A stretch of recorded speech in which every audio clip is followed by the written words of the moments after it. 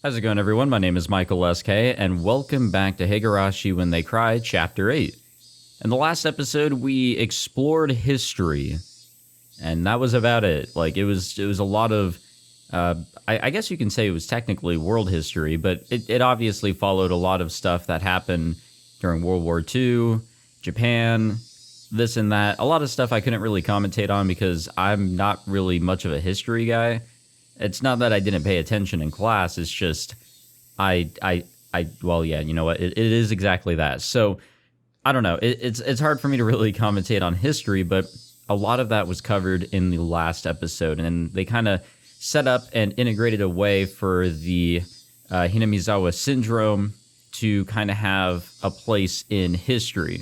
They kind of established its setup there. So kind of interesting how they were able to do that, which, you know, I'm cool with because I can't really argue what is historically accurate and what isn't.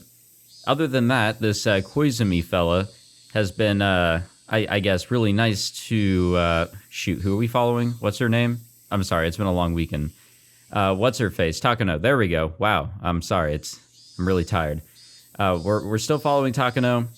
He's been very friendly to her. I guess he was a friend of her grandfather, the grandfather that's not really her grandfather, but I guess that gets set up a little bit later on as we go further with Takano's past. She has now been given a lot of money to continue on with her grandfather's research nonetheless. And yeah, I think that's exactly where we're at. A little bit of a ramble on what we've been kind of going through so far, but yeah, guys, I'm going to be honest with you. I am really tired, but you know, the show must go on. We must continue the grind of Higurashi. 私が言いたいのはつまり、Hinamizawa症候群には歴史すらも作りかねない魔力が宿っているということだ。And history it will それ make. は日本社会すらもねじ曲げかねない。そこのところをよく肝に銘じて、慎重に研究をしなさい。Wait, was that literally the end? Oh, wait, maybe not. Okay, I still could have, like, really just wrapped it up after, like, one line last time. There's no way I could ever know these things. After the proprietor finished serving the food, she bowed and left. The room was very tastefully put together, reminding them of a tea ceremony room. While it was sparsely decorated, quite a bit of money had obviously gone into it. This was a very famous Japanese restaurant where many high-up officials and other important people held secret meetings. Takano was there, accompanied by about 5 gentlemen. She was sitting slightly further away from the men. They were clearly in a much more important position than she was. One of the men, wearing an expensive double-breasted suit, told Takano not to be so nervous. どうぞお楽に、高野さん。今回の件、非常に興味深く読ませていただきました。このような研究が数十年にわたり眠り続けてきたとは。驚きです。過去に行われていたこの類の研究はほとんどが実らず、スタッフも解散となって何も残っていないと思っておりましたよ。Oh, this is the rest of his line. この研究は上層部にもほとんど相手にされなかったと聞いております。If only I stopped to read it. なるほど。故に誰にも知られず、そして誰の追求も受けなかったというわけですな。その意味においてだけは本当に幸運でした。高野先生の研究を高野さんが引き継ぐとは面白い。これも因縁ですかな。まるであなたの体を借りて個人が研究を完成させようとしているかのようです。本当にそうかもしれませんわね。私も奇妙な因縁を感じます。Takano adored Takano Hifumi and called him grandfather, but she hadn't revealed that relationship to others. She realized it wouldn't be beneficial for people to think she was involving personal feelings in her continuing of Dr. Takano's research. So publicly, she once had exchanges with Takano Hifumi, and after his death discovered his research documents with his remains, and chose to carry it on. At least that's how the story went. それで、先生いかがでしょうか。いくつかの省庁がね、中川君が言うには防衛庁の技術研究本部が強い関心を示してくれてね。研究のスポンサーを名乗り出てくれた。おお、それは朗報じゃないですか。おめでとう、高野さん。ありがとうございます。なんでも向こうが言うにはね。There's a research council for next generation deterrence being led by experts from several different ministries. この中でアルファベットプロジェクトというのがあるらしい。高野さんはご存知ですかな？ There was no way she would know something like that. But it was very possible for these nationalists to research something dangerous without citizens knowing about it. Society forms something like a web made of connections between people. People hold hands with other people who share the same ideas and end up knitting a net. Of course, some nets are well known, but there are some secret ones too. So there was no way of guessing how the men at this meeting were connected. A society involving research into deterrent weapons for the next generation.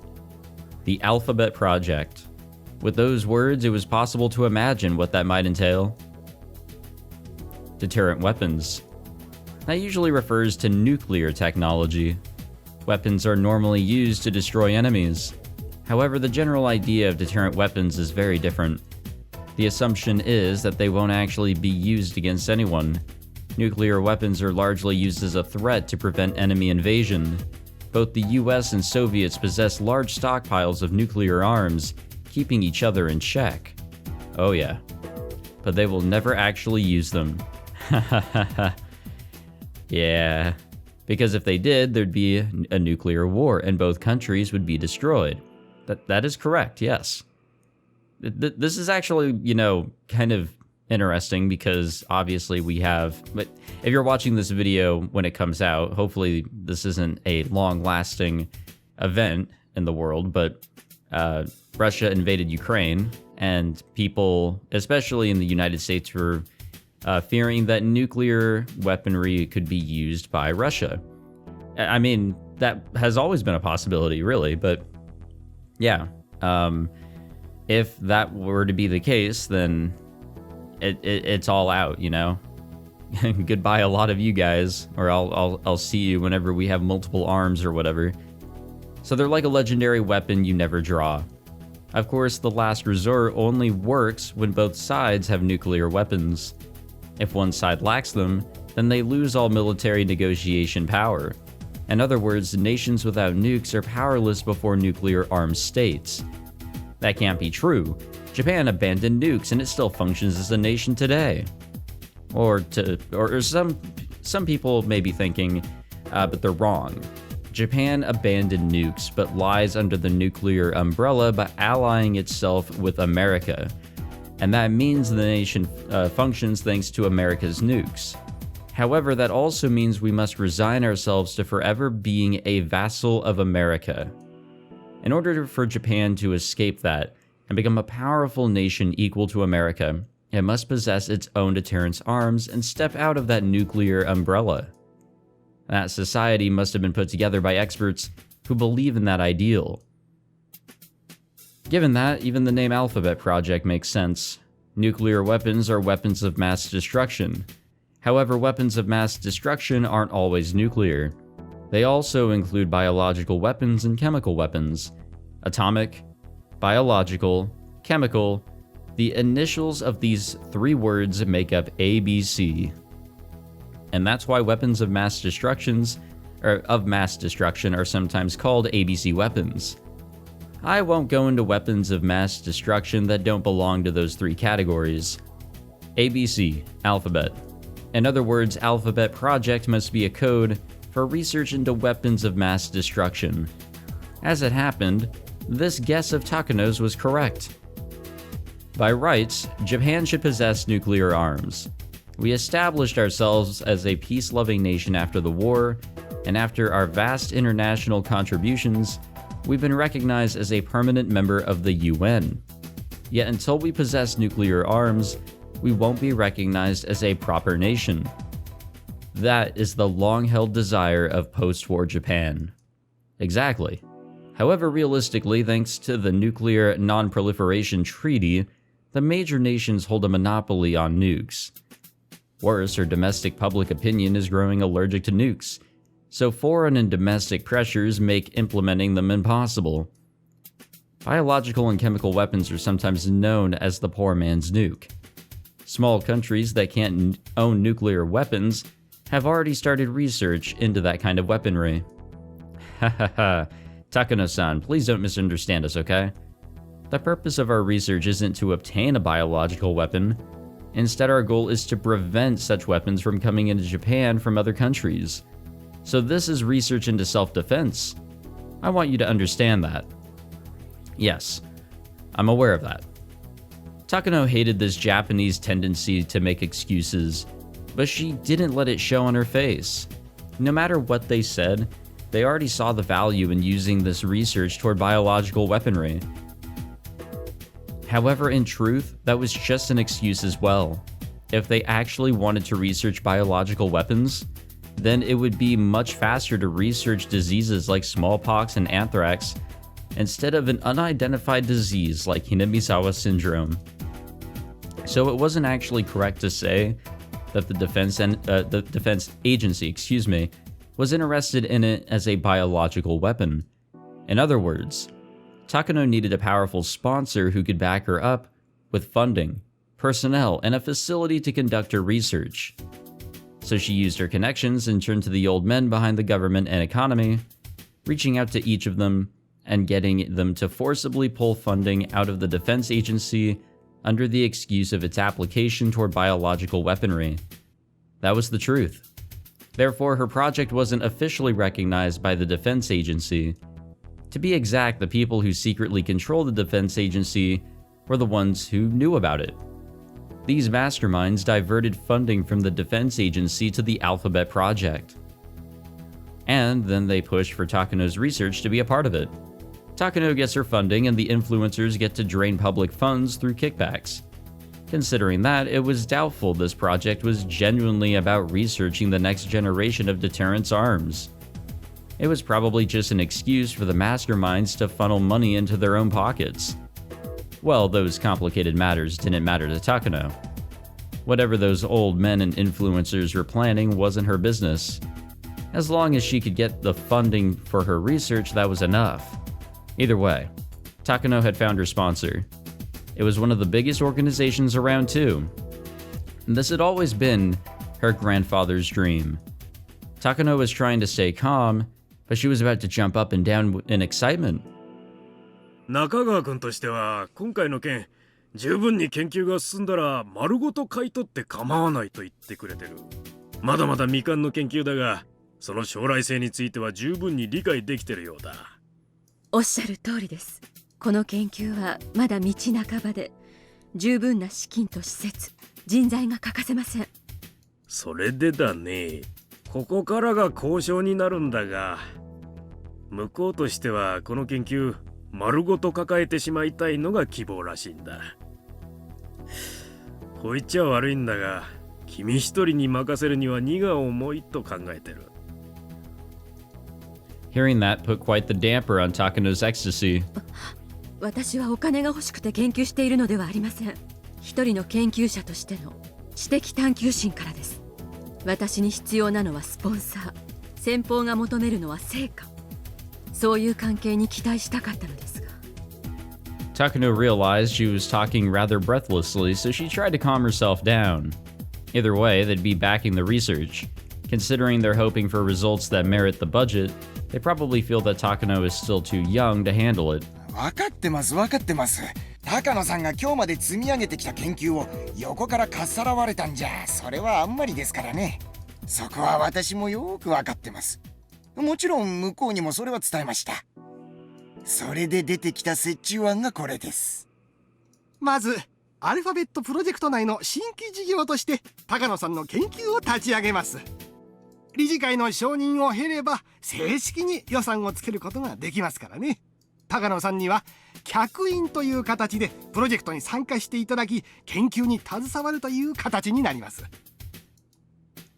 If she wanted their funding, she'd have to fall under their authority, of course. So far, she had no objections. ただ、研究会は今回の研究に予算をつけるにあたり、いくつかの条件を挙げています。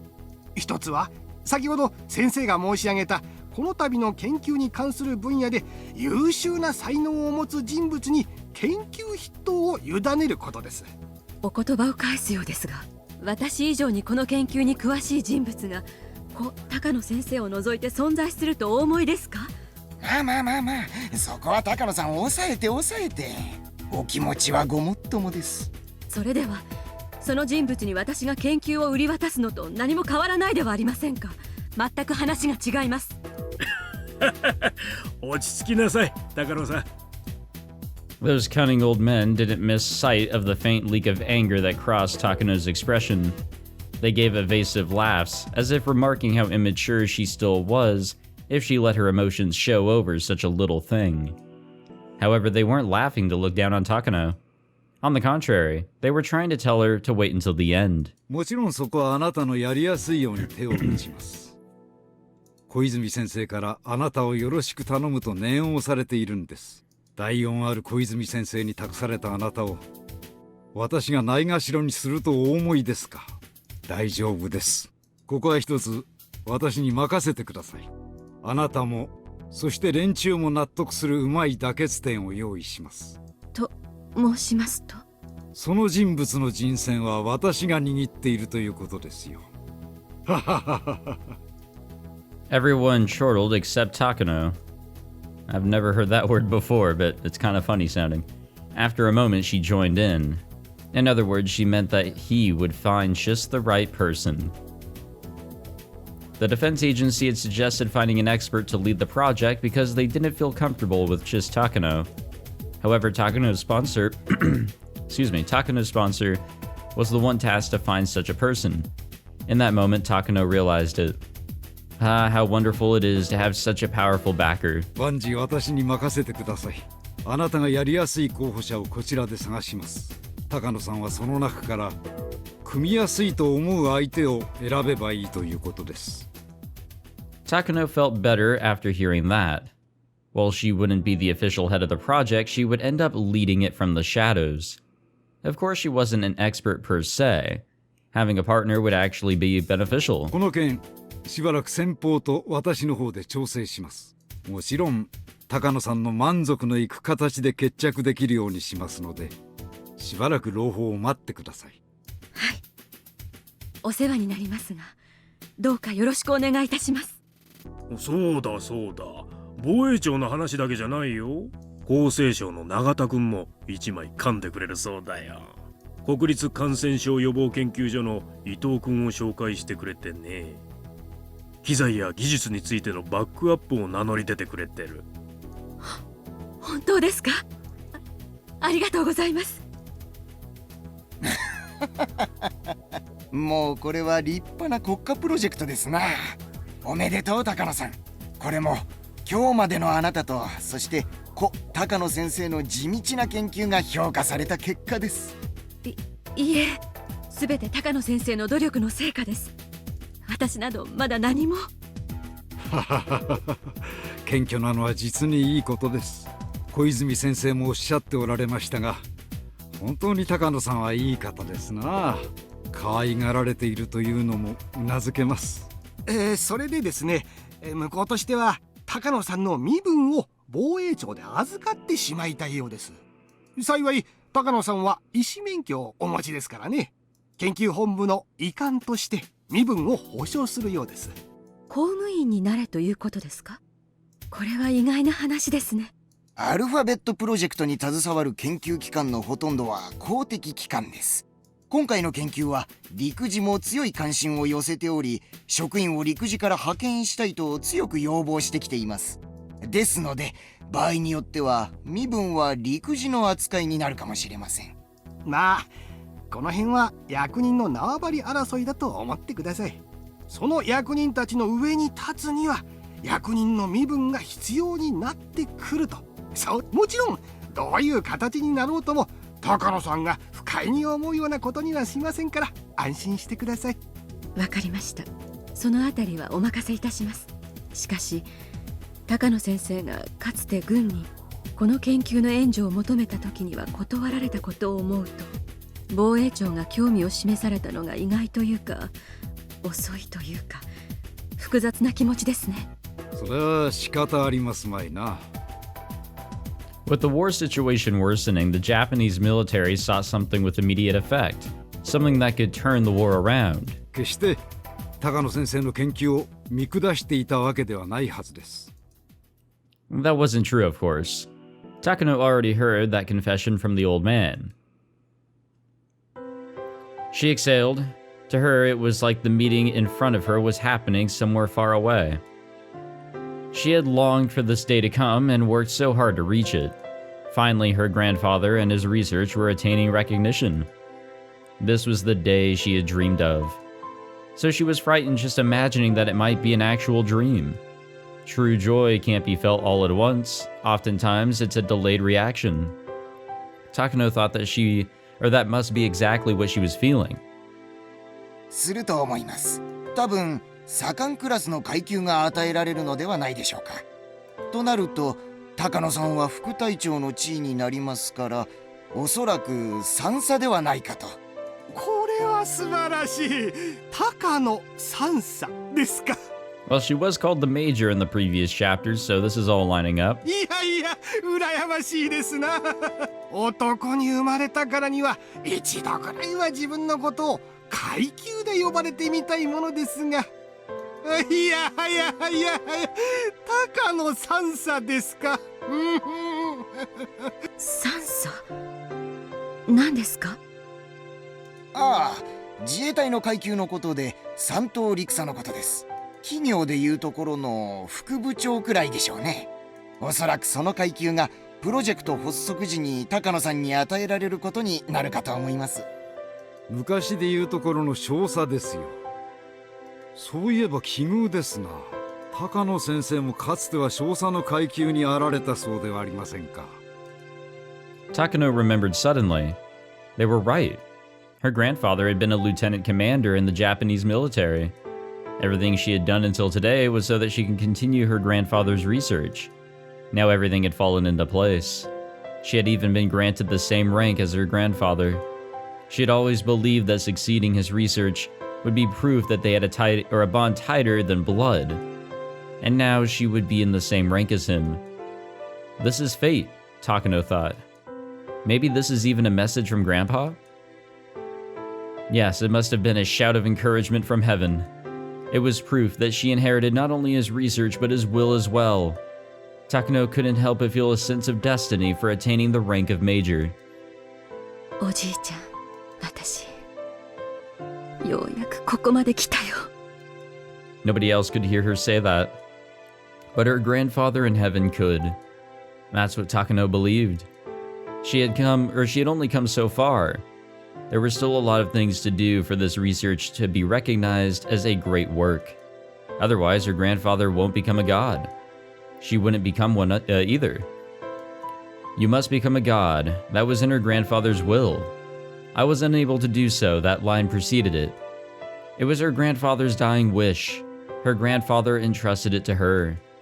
All of his research. A god can't be physically brought back to life.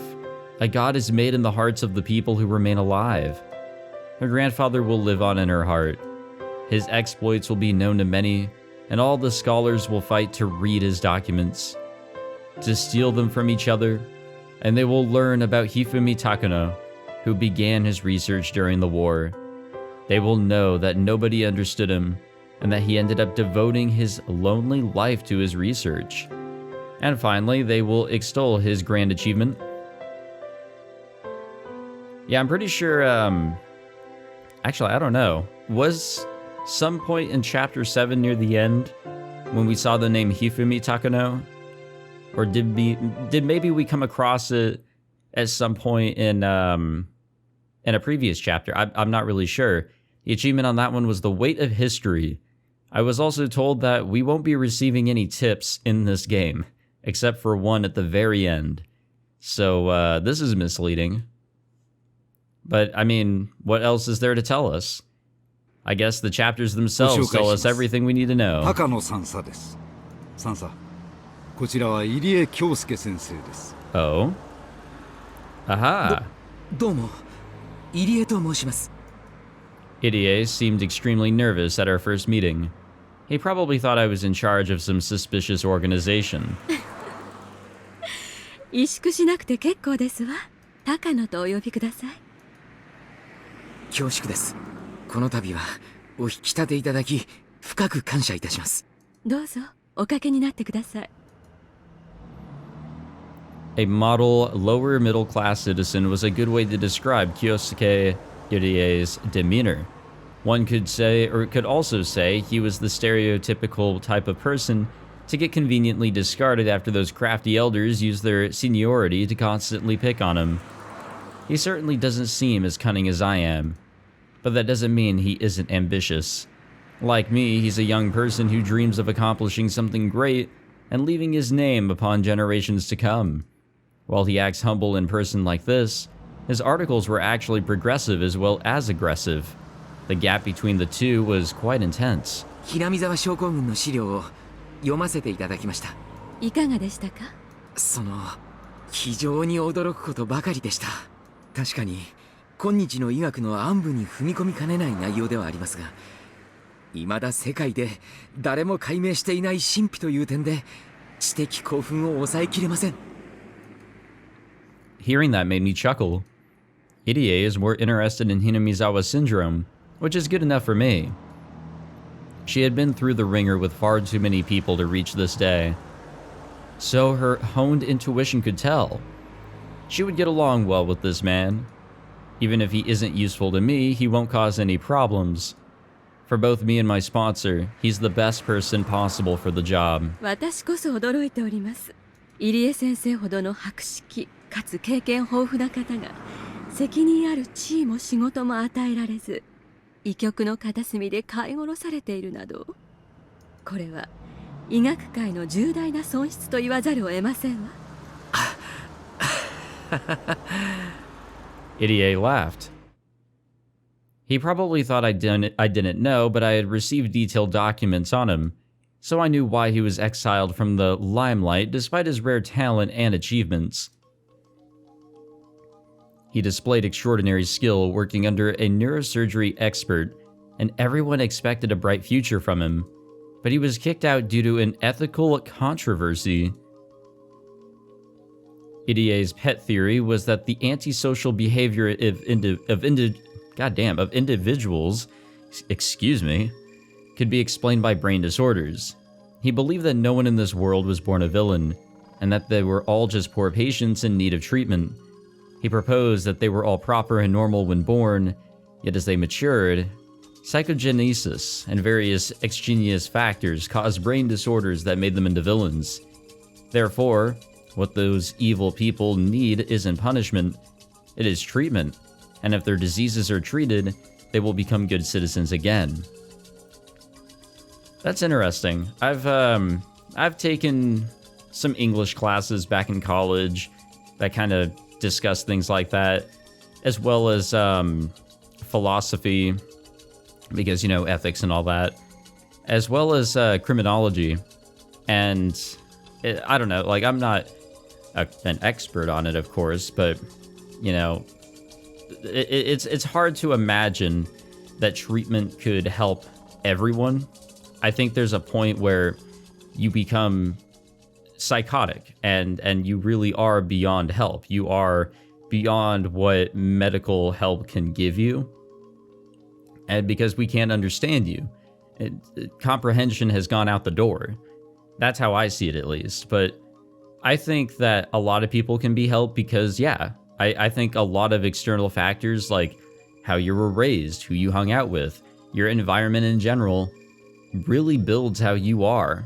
You can become a villain, even so you were you grew up in a nice location. It just kind of depends on, okay, location, sure. Who did you hang out with? What thoughts go through your head? Who do you talk with, if anybody? Are you alone with your thoughts? You know, what do you watch? What do you do? Like, there's a lot of things, and it can run really deep. So, I mean, is that really such a bad theory? I don't know. That manner of thinking actually fell in line with the Confucian belief of innate human goodness. According to this theory, humans are born with the capacity of altruism toward their kind, and it is only afterward that they learn and acquire cruelty. EDA believed that acquisition was the result of brain disorders. The human brain creates human thoughts. Therefore, if one becomes emotionally ill, that means their brain is ill. So if their brain gets treatment, they will recover emotionally too. That field was called psychosurgery. It's fallen out of practice in the current Heisei era, but the surgical techniques were applauded until mid-Showa, especially since it produced spectacular results in a chronic mental patient that was said to be incurable. The man who invented it even won a Nobel Prize.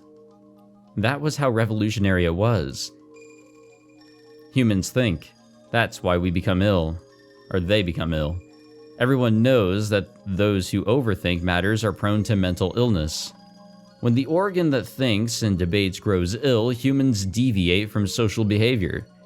That part is called the frontal lobe. Put simply, psychosurgery is surgery performed to operate on the frontal lobe.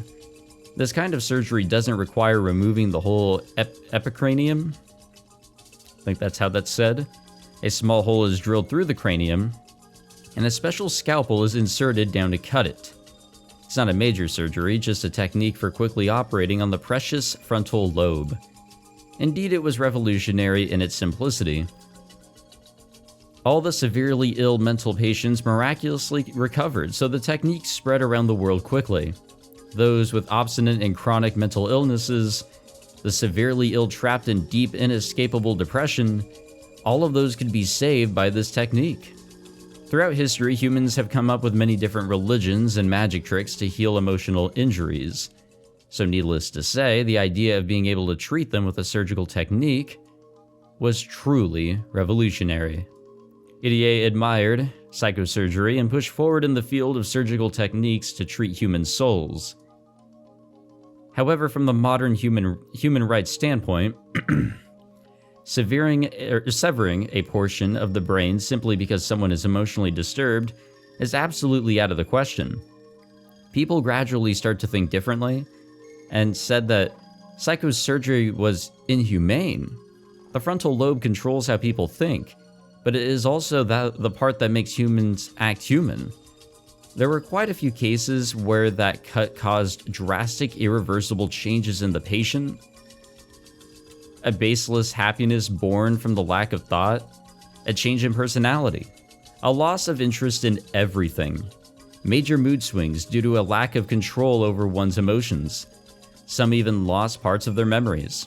Of course, some didn't even survive the surgery. By the mid-1960s, use of psychosurgery declined. Also, due to development of psychotropic medicine, the surgery was hardly performed anymore anyway.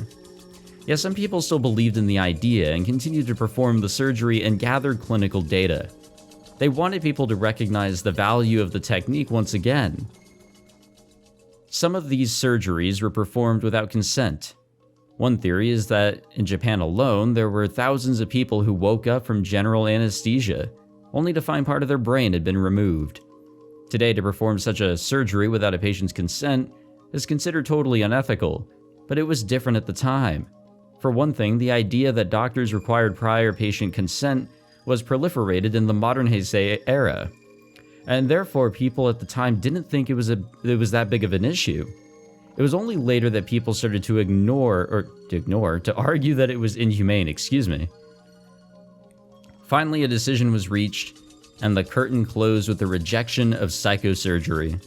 Later, the Japanese Society of Psychology and Neurology passed their resolution to end psychosurgery.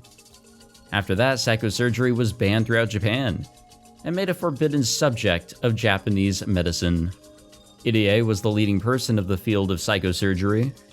He continued to advocate its effectiveness and results.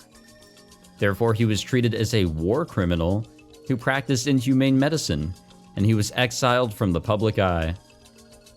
However, that doesn't mean he changed his beliefs.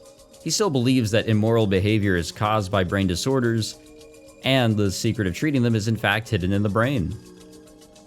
So the existence of Hinamizawa syndrome, caused by parasites living in the brain that control human emotions, actually affirms his theory.